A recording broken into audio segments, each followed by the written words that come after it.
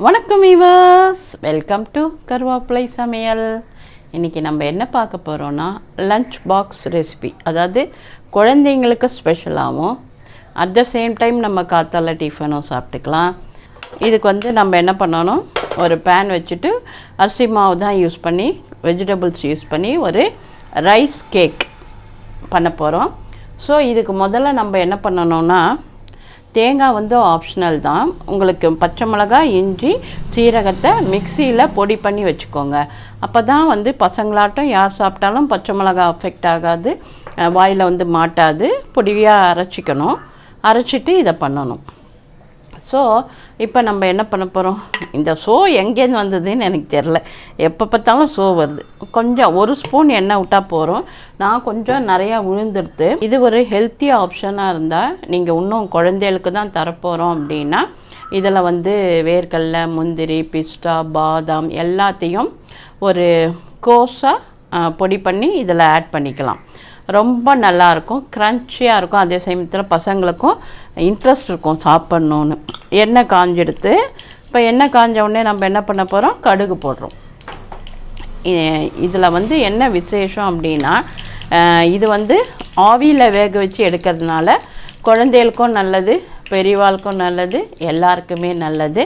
இந்த எண்ணெய் கூட இவ்வளோ வேண்டாம், ஒரு ஸ்பூன் போட்டால் போகிறோம். நான் தவறுதலாக யூஸ் பண்ணிட்டேன். ஸோ கொஞ்சம் ஜாஸ்தியாக உழுந்துடுத்து, அதனால் எடுக்க வேண்டான்னு விட்டுட்டேன். கடுகு போட்டுட்டேன். இப்போ ஒரே ஒரு பிஞ்சு சீரகம் போடுறேன். கடலைப்பருப்பு, உளுத்தம்பருப்பு போட்டிருக்கேன், அரை ஸ்பூன். உங்களுக்கு வேணும்னா நிறையா கூட போட்டுக்கலாம்.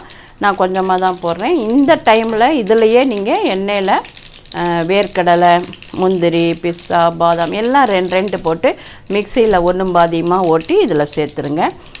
ரொம்ப சூப்பராக இருக்கும். குழந்தைகள் கொடுக்குறதா இருந்தால் கண்டிப்பாக ஒரு ரிச்சான ஃபுட்டு கொடுங்க.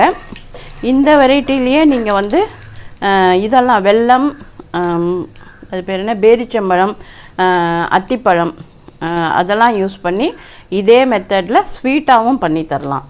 உங்களுக்கு எப்படி பிடிக்குமோ அப்படி யூஸ் பண்ணுங்கள். இப்போ இது இது பாருங்கள், பருப்பு நல்லா முறுமுறுன்னு எடுத்து நம்ம இதில் கருவேப்பிலை எல்லாம் சேர்த்துக்கலாம். நம்ம என்ன பண்ணணும், இதில் நம்ம அரைச்சிட்டு வந்த விழுதை சேர்த்து ஒரு வதக்கிட்டு, அதுக்கப்புறம் இந்த தேங்காய், இஞ்சி, சீரகம், ஒரு பிஞ்சு சீரகம், பச்சை சீரகம், பச்சை மிளகாய், இதை மிக்சியில் ஓட்டி எடுத்துகிட்டு இதில் ஒரு கலக்கிட்டு, நம்ம ஒரு கப்பு அரிசி மாவு எடுத்தோன்னா 1.25 கப்பு தண்ணி இருந்தால் போகிறோம். இல்லை 1.5, கொஞ்சம் கெட்டியாக இது பண்ணிவிட்டு அப்புறம் கேக் மாதிரி தட்டணும். ஸோ நான் உங்களுக்கு காமிக்கிறேன். இது இப்படியே இருக்கட்டும். நான் போய் மிக்சியில் அதை அரைச்சி எடுத்துன்னு வந்துடுறேன். பாருங்கள், நான் மிக்சியில் ஒரு ஓட்டி எடுத்துன்னு வந்திருக்கேன். எப்படி எடுத்துன்னு வந்திருக்கேன், தண்ணிலாம் விடலை. இதை பாருங்கள், இப்படி அரைச்சி எடுத்துன்னு வந்திருக்கேன். அதை அப்படியே எண்ணெயில் போட்டுடுறேன். இதோட ஒரு வறுத்துட்டோன்னா அந்த பச்சை வாசனையும் போயிடும், உடம்புக்கும் ஒன்றும் பண்ணாது. நீங்கள் இந்த எண்ணெய் தேங்காய் எண்ணெயில் பண்ணால் ரொம்ப டேஸ்ட்டு நல்லாயிருக்கும். இல்லைன்னா எண்ணெய் ரிஃபைண்ட் ஆயில் பண்ணிக்கோங்க. அப்புறம் இப்போ இந்த மிளகா, தேங்காய், இஞ்சி, பச்சை மிளகாய் எல்லாம் வதக்கிட்டோமா. இப்போ நம்ம என்ன பண்ண போகிறோம், இதில் இதை பாருங்கள், கேரட் 2 துருவி வச்சுருக்கேன், ஒரு குடமிளகா, இதையும் நம்ம போட்டுடணும். போட்டுட்டு ஒரு வதக்கிடணும். ஒரு 2 நிமிஷம் வதக்கினா போகிறோம். அப்புறம் தண்ணி விட்டு கொதிக்க வைக்கணும். ஸோ இது ஒரு 2 நிமிஷம் வதங்கட்டும். இதுக்கு இந்த மொத்த டிஷ்ஷுக்கும் தேவையான உப்பு நம்ம போட்டுடலாம். சரிங்களா? இந்த வெஜிடபிள் ரைஸ் கேக் ரொம்ப நல்லாயிருக்கும். இதில் நீங்கள் சொன்ன மாதிரி ட்ரை ஃப்ரூட்ஸ் யூஸ் பண்ணி, வெல்லம் யூஸ் பண்ணி பண்ணலாம். அப்புறம் வெஜிடபிள்ஸ்னால் காரம் போட்டு பண்ணுங்கள். இதுலேயே நீங்கள் வெரைட்டிஸ் டிஃப்ரெண்ட் வெஜிடபிள்ஸ் மாற்றி சேர்த்துக்கலாம்.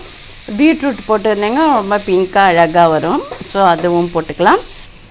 பாருங்கள், நான் இந்த அளவுக்கு பொடி உப்பு சேர்த்துருக்கேன். இப்போ நம்ம உப்பை போட்டாச்சு, லைட்டாக கலரியாச்சு.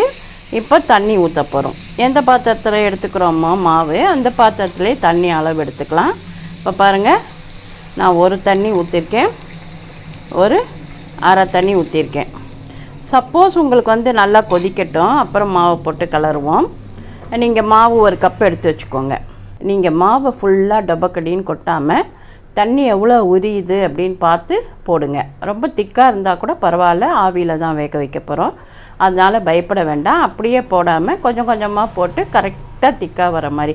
சப்போஸ் கொஞ்சம் தண்ணி ஜாஸ்தியாக எடுத்து எங்கள் மாவு கொஞ்சம் புது அரிசி அப்படின்னா இன்னும் கொஞ்சம் மாவு பக்கத்துலேயே வச்சுக்கோங்க, போட்டு கலரிக்கோங்க. ஏன் அப்படி சொல்கிறேன்னா, பிகினர்ஸ்னால் ஐயோ இது என்ன ஒரு கப் போட்டோம் இப்படி லிக்விடாக இருக்கே அப்படின்னு பயப்படுவாங்க இல்லையா, அதுக்காக தான் நான் இந்த இது சொல்கிறேன். ஸோ நீங்கள் வந்து என்ன மாதிரி பெரியவா இருக்கவா கொஞ்சம் பழக்கப்பட்ட சமையல்லாம் ஒன்றும் ப்ராப்ளம் இல்லை, அவங்க கண் பார்த்து கை வேலை செய்ய போகிறது.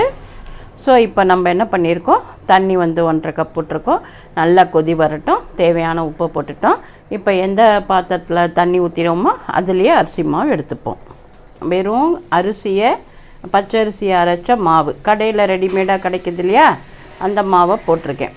அதை போட்டு நம்ம கிளற போகிறோம், அவ்வளோதான். இப்போது அரிசி வந்து கொஞ்சம் பழைய அரிசினா தண்ணி வந்து கொஞ்சமாக வச்சா போகிறோம், ஆனால் புது அரிசினா அவ்வளோ தண்ணியும் குடிக்காது, கொஞ்சம் குழன்னு ஆகிடும். பழைய அரிசினா நல்லா தண்ணியை குடித்து தைரியமாக வரும். அதனால தான் நம்ம அரிசியை பார்த்துட்டு கொஞ்சம் மாவு முன்ன பின்ன ஆகும், அதுக்காக அப்படி சொன்னேன். நீங்கள் பக்கத்தில் மாவு எடுத்து வச்சுக்கோங்க, அல்லது இந்த மாதிரி கொஞ்சம் கொஞ்சமாக போட்டுக்கோங்க அப்படின்னு, சரியா? ஸோ இது நல்லா கொஞ்சம் ஆறட்டும், நான் கையில் பிசைஞ்சு எப்படி தட்டுறது அப்படின்னு சொல்கிறேன். நம்ம என்ன பண்ணணும், இந்த மாதிரி வாழை இலை இருக்குல்ல, இதை வந்து நெருப்பில் காமிச்சிக்கணும். நம்ம லைட்டாக நெருப்பில் காமிச்சிட்டா நம்ம கைக்கு எப்படி வந்து நம்ம இது பண்ணணுமோ அது வரும், அதாவது மடக்கிறதுக்கு ஈஸியாக மடக்கிறதுக்கு வரும். அதனால் வாழை இலையை கொஞ்சம் நெருப்பில் காமிச்சிக்கோங்க. இப்படி எல்லா வாழை இலையும் உங்களுக்கு தேவையானதை நெருப்பில் காமிச்சு வச்சுட்டிங்கன்னா உங்களுக்கு ஈஸியாக மடக்கிறதுக்கு ஈஸியாக வரும். இந்த மாதிரி அதை கொஞ்சம் ஃப்ளெக்சிபிள் பண்ணிக்கணும், அப்போ வந்து முத்தின இலையாக இருந்தாலும் பிரேக் ஆகாது, பிய்யாது. இந்த மாதிரி எல்லாத்தையுமே நீங்கள் கொஞ்சம் வாட்டிட்டு இதை ஆஃப் பண்ணிவிடுங்க. பாருங்கள், மாவை இந்த மாதிரி நல்லா பிசைஞ்சின்ட்டேன் நான், அழுத்தி கரண்டியில் இல்லை கையில் கூட எண்ணெய் தொட்டு பிசைஞ்சிக்கலாம், இல்லை தண்ணி தொட்டு பிசைஞ்சிக்கலாம். இப்போ இந்த மாவை என்ன பண்ணணும் அப்படின்னா, வாட்டின இலை இருக்குல்ல, அதை எடுத்து நம்ம இப்படி அமுத்தணும். அமுத்தும் போது என்னாகும், ஒரு ஸ்கொயராக அழகான ஒரு ஷேப் கிடைக்கும் உங்களுக்கு, ஸ்கொயர் ஷேப்பாக. இந்த மாதிரி பண்ணிவிட்டு நம்ம ஆவியில் வைக்கணும். நான் கொஞ்சம் நிறையா மாவு வச்சுட்டேன், நீங்கள் கொஞ்சம் கம்மியாக வைங்க, நான் உங்களுக்கு காமிக்கிறதுக்காக இந்த மாதிரி பண்ணியிருக்கேன். இந்த மாதிரி நம்ம எல்லாத்தையுமே மடிக்கணும், சரிங்களா?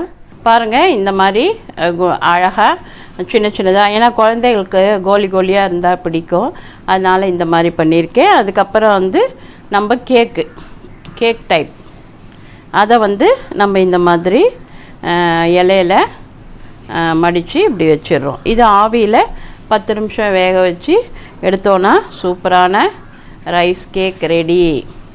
வாங்க எப்படி இருந்ததுன்னு நம்ம சொல்லலாம். ஒரு 10 நிமிஷம் ஆட்டம் வெந்த உடனே உங்களுக்கு காமிக்கிறேன், சரிங்களா? ஒரு 5 மினிட்ஸ் வேக வச்சு எடுத்திருக்கேன். இது ரொம்ப ஹாட்டாக தான் இருக்கும், இருந்தாலும் எனக்கு ஒரு ஆசை, உங்கள் எதிர்க்கையே பிரிக்கணும் அப்படின்னு. பார்த்தீங்களா, நம்மளோட ரைஸ் கேக் சூப்பராக இருக்கா? அந்த காலத்தில் கட்டு சாதம் கட்டி எடுத்துகிட்டு போவோம் தெரியுமா இலையில், அதை மாதிரி ஒரு நினப்பு வருது எனக்கு. ஸோ இதை வந்து நம்ம என்ன பண்ணலாம், இதை எடுத்து இப்படி வைக்கணும், சரிங்களா? இந்த மாதிரி இந்த இலையில் இருக்கிற க்ரீன் குளோரோஃபில் நமக்கு உள்ளே போனால் குழந்தைகள் வளர்கிற குழந்தைகளுக்கு ரொம்ப நல்லது. பச்சையும் உங்களுக்கே தெரியும். இங்கே பாருங்கள், ஒரு மோமாஸும் பண்ணியிருக்கேன். மோமோஸ் ஒன்று பண்ணியிருக்கேன், சூப்பராக இருக்கும்னு நினைக்கிறேன். பாருங்கள், நம்ம ரைஸ் கேக்கும் ரெடி. ஸோ இந்த மாதிரி நீங்கள் வந்து ஹெல்த்தியாக சாப்பிட்லாம், குழந்தைகளுக்கு கொடுக்கலாம். இதில் நான் என்ன பண்ண போகிறேன், இப்போ அப்படியே கட் பண்ணி காமிக்கிறேன். அது மாத்திரம் இல்லாமல் இதில் சாம்பார் தனியாக கொடுக்கலாம், கெச்சப் கொடுக்கலாம். தேங்காய் சட்னியை கொஞ்சமாக உடச்சக்கல்ல சேர்த்து, ஒரு துண்டு இஞ்சி சேர்த்து, ஒரு 2 பச்சை மிளகாய் சேர்த்து, ஒரே ஒரு புதினா ஒரு இலை போட்டு அரைச்சி பாருங்கள். அந்த தேங்காய் சட்னி எப்படி அரைச்ச அப்படின்னு கேட்பாங்க. தேங்காய் தான் நிறையா இருக்கணும், உடச்சக்கல்ல ரொம்ப போடக்கூடாது. ஒரு 1/2 ஸ்பூன் 1 ஸ்பூன் போட்டுக்கணும். மிளகாவும் ஒரே ஒரு மிளகா போட்டுக்கணும். அதான் காரமும் இருக்கக்கூடாது, ஆனால் காரம் இருக்கணும். அப்படி இஞ்சி ஒரு துண்டு, ஒரே ஒரு புதினா இலை இருந்தால் சேர்த்துக்கோங்க. ஆனால் கலர் மாறக்கூடாது, ஒயிட்டாக இருக்கணும். அதுக்காக ஸோ இந்த மாதிரி நம்ம தேங்காய் சட்னி அரைச்சி இதுக்கு சாப்பிட்லாம்.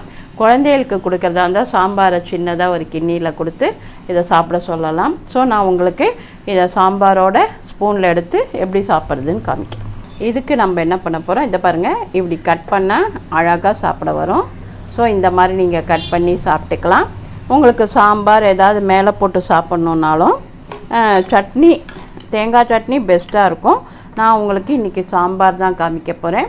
சாம்பாரை அப்படியே ஊற்றிட்டு நம்ம என்ன பண்ணணும், அழகாக கட் பண்ணி சாப்பிடுவோமா. ரொம்ப சூடாக இருக்கே, கொஞ்சம் ஆறினவுடனே சாப்பிட்றேன். ஸோ நீங்கள் எக்ஸ்கியூஸ் பண்ணிக்கோங்க. நம்ம எல்லோரும் சாப்பிட்றோம், நான் மாத்திரம் சாப்பிட்றேன்னு சொல்லக்கூடாது. We are all our family இல்லையா, நம்ம ஃபேமிலி இல்லையா, அதனால் நம்ம எல்லோரும் சேர்ந்து சாப்பிடுவோம். சூப்பரான சாம்பாரும் வெஜிடபிள் ரைஸ் கேக்கும் அண்டு மொமோஸும் ரெடி. மோமோஸில் எனக்கு கரெக்டாக அது பேர் தெரில, இருந்தாலும் ஏன்னா நமக்கு வந்து ரெகுலராக யூஸ் பண்ணுற வார்த்தைலாம் தான் ஃபாஸ்ட்டாக வரும். மற்றதெல்லாம் வந்து என் வாய்க்கு என்ன தோணுதோ அதை தான் சொல்லுவேன். ஸோ என்னடா அது இப்படி பண்ணுறாளேன்னு பார்க்காதீங்க. ஸோ நம்மளோட சூப்பரான, இங்கே பாருங்கள், எனக்கு கொஞ்சம் சாம்பார் நிறையா இருக்கணும். இந்த சாம்பார் இட்லி மாதிரி இந்த வெஜிடபிள் கேக்கையும் நான் சாம்பார் வெஜிடபிள் கேக்காக தான் சாப்பிட போகிறேன். ஆரோக்கியமாக சாப்பிடுவோம், ஆரோக்கியமாக இருப்போம். ஒன்று சொல்ல மறந்துட்டேன், நீங்கள் நிறையா லைக் பண்ணணும், ஷேர் பண்ணணும், கமெண்ட் கொடுக்க மறக்கக்கூடாது. நான் கண்டிப்பாக கமெண்ட் பார்ப்பேன். முன்ன பின்ன ஆனாலும் நான் எப்போ ஃப்ரீ டைம் இருக்கோ கண்டிப்பாக எல்லோரோட கமெண்ட்டும் பார்த்து ஒரு லைக் போடுவேன். ஸோ நீங்கள் வந்து அதனால் நீங்கள் எப்பவும் போல் உங்கள் பேராதரவை கொடுக்க மறக்கக்கூடாது. நோட்டிஃபிகேஷன் வந்த உடனே கப்புன்னு ஓப்பன் பண்ணி பார்த்தேன், சரியா? ஸோ உங்களோட ஆதரவுக்கு நன்றி கூறிட்டு ஆரோக்கியமாக சாப்பிடுவோம், ஆரோக்கியமாக இருப்போம். நன்றி, வாழ்த்துக்கள்.